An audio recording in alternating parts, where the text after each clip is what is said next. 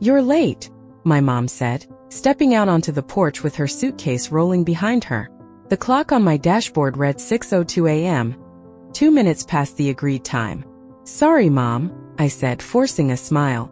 I climbed out of the car, ready to help with the luggage, when I noticed someone else stepping out of the house. My sister pulling her own suitcase. "What's going on?" I asked, my voice tight as my gaze darted between them. My mom turned to me. Her face lit up with an overly cheery expression. "Oh, we decided Lauren should come instead of you. She's been so stressed lately, and she really needs this trip." I froze. "Instead of me? Mom, I've been planning this trip for years. I paid for everything."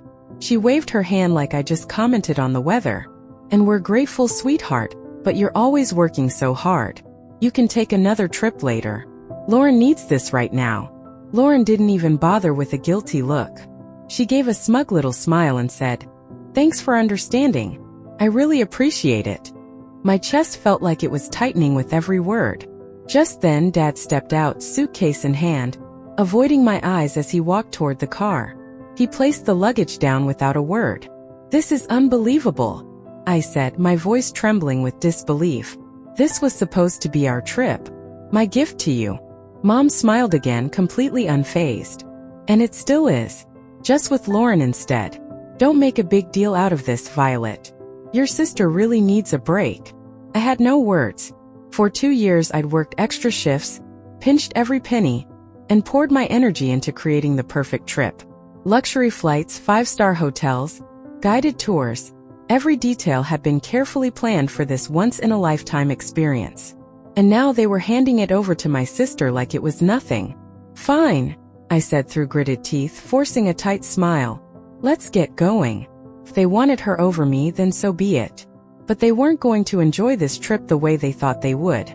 The drive to the airport was suffocatingly quiet except for Lauren, who couldn't stop talking. "Oh my gosh, Mom. Did you see that TikTok about Paris? I can't wait to go shopping there. Do you think we'll have time for that? Or will the tours take up the whole day?" My hands tightened on the steering wheel as I kept my eyes on the road, fighting the urge to say something. Mom chuckled lightly. "Of course we'll have time. We'll figure it out once we get there." When we get there. They didn't even seem to notice I wasn't included in that "we" anymore. Dad cleared his throat from the back seat. "Thank you for driving us, Violet. I know this probably feels unusual." I glanced at him through the rearview mirror, my face blank. "Unusual? That's one way to put it." He shifted uncomfortably, probably regretting opening his mouth. Lauren leaned forward, her voice like nails on a chalkboard. "You're not mad, right? I mean, this is really big of you letting me go. I could never afford something like this on my own." I didn't respond. My grip on the wheel tightened, but I refused to give them the satisfaction of seeing me snap. I clenched my jaw and forced a tight smile. "Of course, Lauren. Enjoy the trip." By the time we pulled up to the airport drop-off zone, my patience was hanging by a thread. As I helped unload their luggage, Mom gave me a quick hug, her tone syrupy sweet. "Thank you for understanding, sweetheart. This means a lot to us, and to Lauren." I nodded stiffly. "Sure, Mom." Lauren grinned as she wheeled her suitcase toward the entrance. "Thanks, Violet. You're the best." I stood there, watching them disappear into the terminal. My chest felt tight, a knot of anger and disappointment I couldn't untangle. The drive back home was a blur as their words played over and over in my head. "This means a lot to Lauren. You're always working so hard. You're not mad, right?" When I got home, I parked the car and sat in the driveway, gripping the steering wheel until my knuckles turned white. Then, without a second thought, I marched inside, opened my laptop, and logged into every travel account I had used to book the trip. Hotel reservations? Cancelled. Guided tours? Refunded. Airline upgrades? Gone. I stared at the confirmation emails stacking up in my inbox, feeling the knot in my chest loosen for the first time that day. They wanted to take Lauren instead of me? Fine. But they wouldn't be staying in luxury or enjoying private tours on my dime. When I closed my laptop, a wave of satisfaction swept over me. They could explain themselves to the hotel staff in Paris. I was done being their doormat. The calls started as soon as their flight landed. My phone buzzed relentlessly while I unpacked the suitcase I'd packed so carefully for a trip that was no longer mine. The irony wasn't lost on me as I hung up my dresses and shoes back in the closet. The buzzing continued, filling the room with its persistent vibration. With a sigh, I picked up the phone and glanced at the screen. My mom's name, accompanied by multiple missed calls and texts. I unlocked the phone and scrolled through the messages.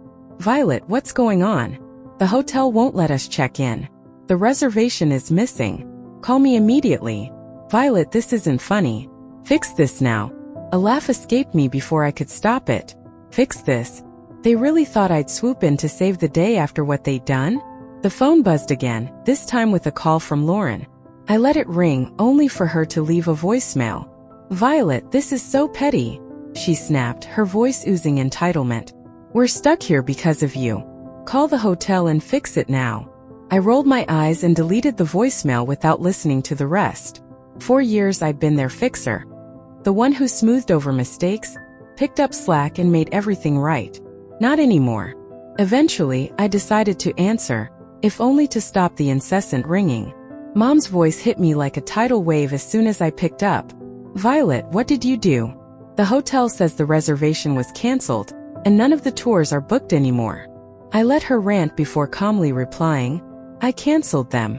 There was a stunned silence before she hissed, "Why would you do that?" "Oh, I don't know," I said, my tone dripping with sarcasm. "Maybe because you decided to take Lauren on my trip? You're lucky I even drove you to the airport." "We thought you'd understand," she snapped. "Understand what exactly?" I shot back. "That 2 years of saving and planning didn't matter because Lauren needed a break? That my hard work means nothing to you? Guess what, Mom? I don't understand and I don't care to." I hung up before she could respond, turning off my phone and tossing it onto the couch. The silence that followed was blissful, and for the first time in days I felt like I could breathe. The quiet didn't last. By the next morning, my phone was buzzing again with calls and messages. First, I ignored them. I spent the day cleaning the house and catching up on work. But by evening, curiosity got the better of me, and I opened my phone to the inevitable storm of texts. From Mom, "Violet, you've gone too far. Your sister is in tears, and your father is furious. We can't get into any of the hotels you booked." From Lauren, "You're acting like a child. I don't get why you're making this such a big deal. Just fix it." I closed the messages and set the phone down, shaking my head. If they wanted to prioritize Lauren, fine. But I wasn't their safety net anymore. They could figure out their own mess. Already frustrated, I received one final message from my dad. "We need to talk. This isn't right." I set the phone down and shook my head. 4 years I'd been the one to fix things, smoothing over every mess and making sure everyone else was comfortable and happy. Now that I'd taken a step back, they had no idea how to handle it. I poured myself a cup of tea, sat down at the kitchen table, and let my anger simmer. How dare they expect me to clean up their mess? How dare they act like I was the one in the wrong? Minutes later, the phone buzzed again. This time I decided to answer. "Violet," my mom barked the moment I picked up. "This isn't funny anymore. We're stranded. Do you have any idea how embarrassing this is?" I took a slow sip of my tea before answering. "Embarrassing? You think this is embarrassing? Try saving for years, planning every detail, only to be told I'm not even part of the trip I paid for." "Stop being dramatic," she snapped. "Lauren needed this more than you. And now she can figure it out," I said firmly. "You made your decision, Mom. You wanted to take Lauren instead of me, fine. But don't expect me to fund her vacation. We're family," she hissed. "We don't do this to each other." A bitter laugh escaped me. Funny, I was just thinking the same thing. In the background, I heard Lauren whining. "Mom, just hang up on her. She's being impossible." That was the final straw. "Enjoy your trip," I said, my tone icy. "Oh wait, you can't because it's not your trip. It was mine. And now it's nobody's. Goodbye." I hung up before she could respond and turned my phone off again.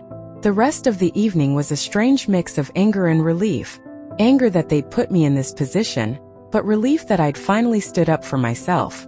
They could call me dramatic all they wanted. For the first time in my life, I wasn't letting them walk all over me. The next few days were blissfully quiet. With my phone off, I finally had the space to think clearly, free from their relentless guilt trips and accusations. I spent my mornings sipping coffee on the back porch, enjoying the calm I hadn't realized I craved so deeply. Afternoons were filled with work and tackling little projects I'd been putting off, things that reminded me of how capable I was when I wasn't bogged down by their endless demands. By the third day, curiosity got the better of me. I turned my phone back on and was greeted with a flood of voicemails, over a dozen to be exact. The first few were from Mom, her tone growing more frantic with each one. "Violet, you need to call me back right now. This has gone too far. I can't believe you're doing this. You've humiliated us. We're your parents. How could you treat us this way?" Then came Lauren's messages, dripping with entitlement. "This is so petty even for you. You're ruining everything. Just fix it, Violet." And finally, my dad's quieter, but no less pointed message. "Violet, I don't understand what's happened to you. Call us back so we can sort this out." I hesitated before listening to the final voicemail, a longer one from my mom. Her voice, quieter now, was laced with frustration and exhaustion.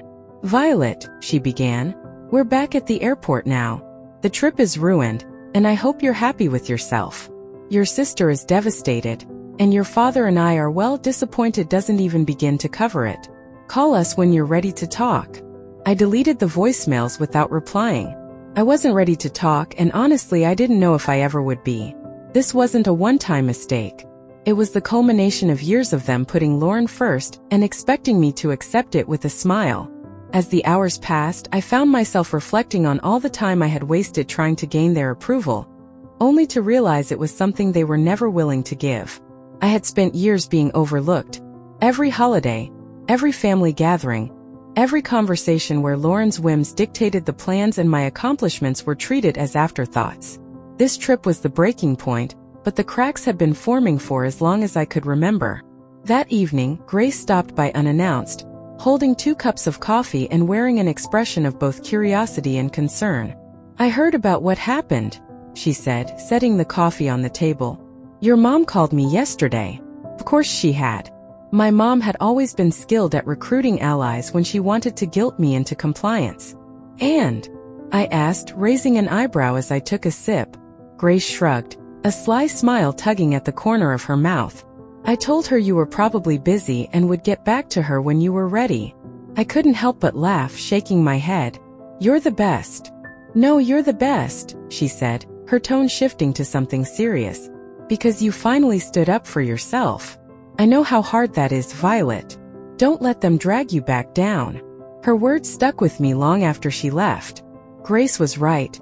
I had spent too long bending over backward to please people who never seemed to care about my efforts. It was time to break that cycle for good. By the time the weekend rolled around, I felt a strange sense of clarity.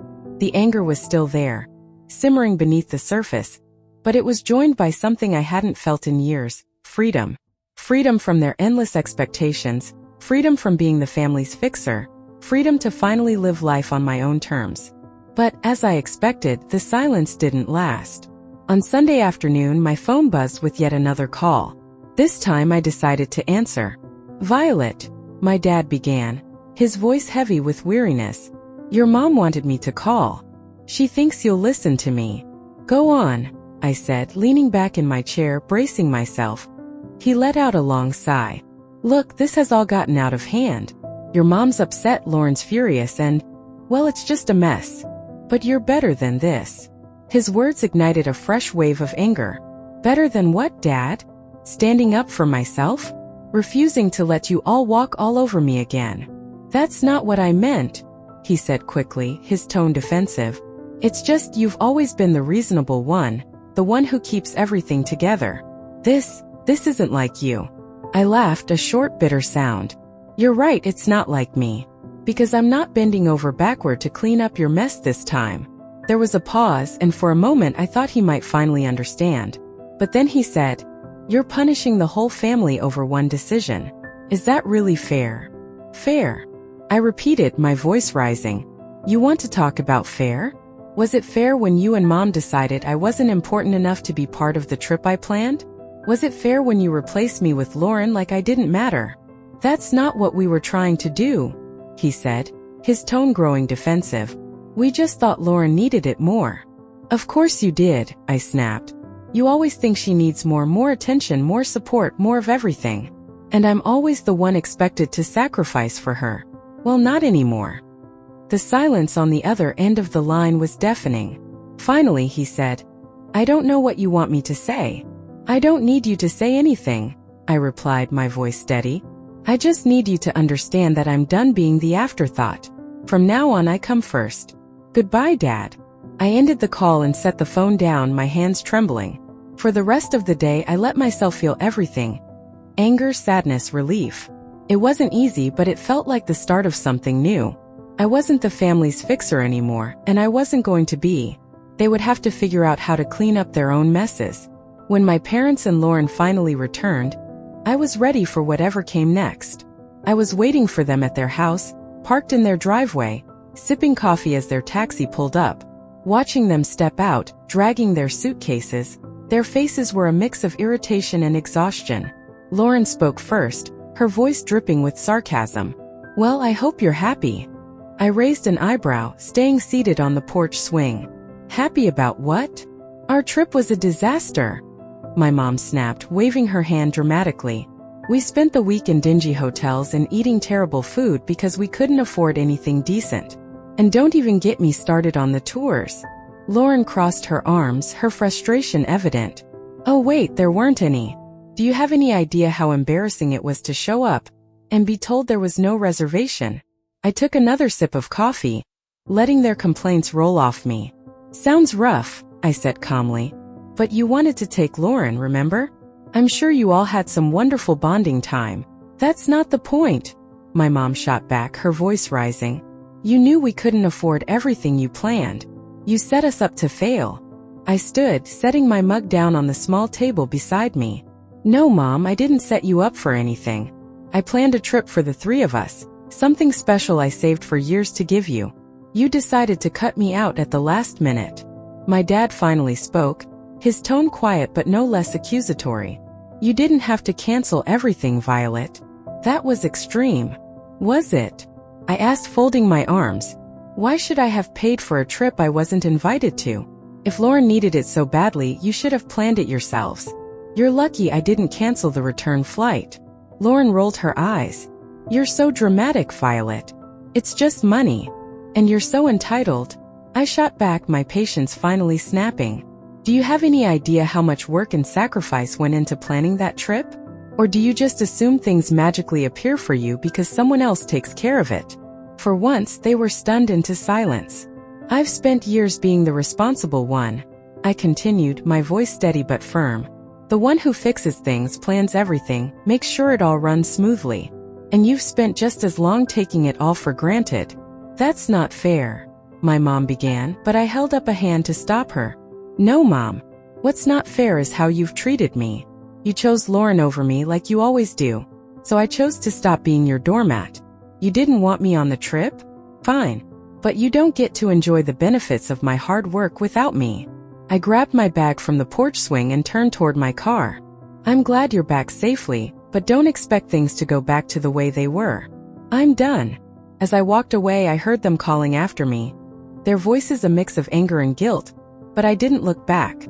The drive home was unexpectedly peaceful. Every visit to their house used to leave me emotionally drained, but this time I felt lighter. I'd finally said everything I'd been holding in, and for once I wasn't consumed by their reaction. When I got home, I made myself a cup of tea and sank into the couch, replaying the confrontation in my head. They'd been so sure I'd fold, that I'd given like always. Watching their stunned faces as I walked away was a reminder of how much I'd changed. They could be angry, they could feel hurt or embarrassed. It didn't matter anymore. I wasn't living my life to meet their expectations. The next day, Grace called. "How'd it go?" she asked without bothering with pleasantries. I laughed, leaning against the kitchen counter. "Exactly like you'd imagine. They're furious, Lauren's pouting, and Mom's probably trying to figure out how to guilt me back into line." Grace snorted. "Let her try. You've got a backbone now, and I'm here to make sure it stays in place." I grinned, grateful for her unwavering support. "Thanks, Grace. I mean it. You've been my rock through all of this." Anytime, she said, her voice softening. So what's next for you? Now that you're not playing family fixer anymore? That question had been circling in my mind since the confrontation. For years, so much of my energy had gone into trying to please my family, trying to earn their approval. Now that I'd let go of that burden, the possibilities felt endless and a little intimidating. I don't know yet, I admitted. But I feel like for once I get to decide. Not them. Not anyone else. Just me. Sounds like the start of something amazing, Grace said, and I could hear the smile in her voice. Over the next few weeks, I started making small changes that felt big in their own way. I redecorated my living room, swapping out the hand-me-down furniture from my parents for pieces that felt uniquely mine. Over the next few weekends, I allowed myself to explore the simple joys of life, strolling through local parks, savoring the atmosphere of cozy cafes, and reconnecting with hobbies I'd long set aside. Journaling became my sanctuary, a space to unpack my emotions and dream about a future shaped entirely by my own aspirations. Each entry was raw and unfiltered, capturing pieces of myself I hadn't acknowledged in years. One evening, as I scrolled through my canceled itinerary, the sting of regret I'd anticipated never came. Instead, a surge of determination washed over me. That money had been meant for something special, and I resolved not to let it go to waste. Closing the spreadsheet, I opened a new tab and began researching solo travel destinations.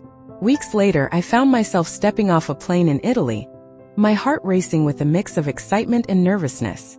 For the first time, I was traveling alone, not to make anyone else happy, but simply for myself. Rome welcomed me with its vibrant streets and ancient wonders. I wandered through cobblestone alleys, marveled at timeless ruins, and indulged in the best pasta and gelato of my life. There was no rigid schedule, no one else's preferences to consider, just pure, unfiltered freedom. One afternoon, sitting on the Spanish steps with a journal in one hand and gelato in the other, I reflected on the past few months. For so long, my dreams had been shaped by others' expectations. But now, as I wrote, the goals felt entirely my own. Learn a new language, visit 5 more countries, pursue a passion project. Each line on the page represented a future I was excited to build. On my final evening in Florence, I dined at a small family-run restaurant overlooking the Arno River.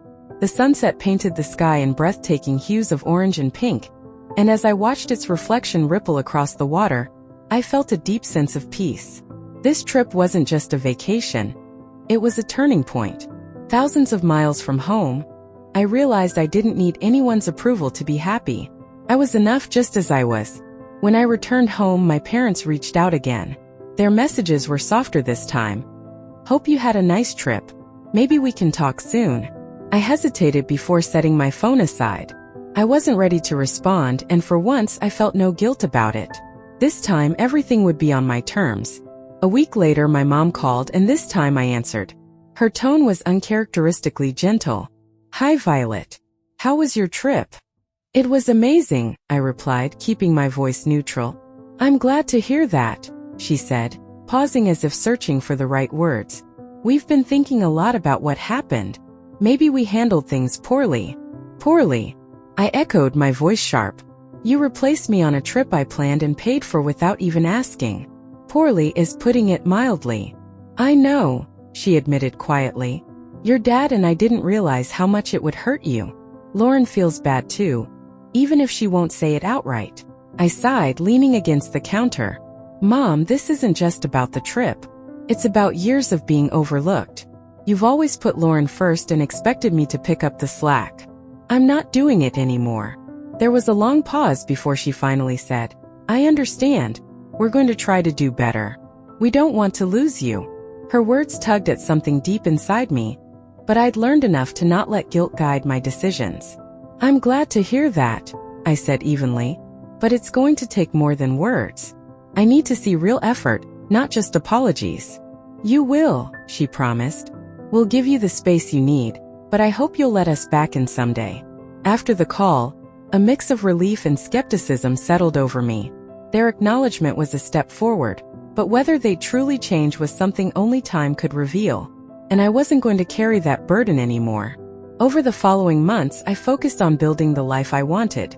I signed up for a photography class, joined a hiking group, and began planning my next solo trip. Each small step was a reminder of my newfound independence, a celebration of valuing myself first. One evening, as I watched the sunset from my porch, I felt an overwhelming sense of freedom. I wasn't the person who bent over backward to meet everyone else's expectations anymore. I was someone who knew her worth, who set boundaries unapologetically, and who wasn't afraid to stand up for herself. For the first time in a long time, I felt truly free.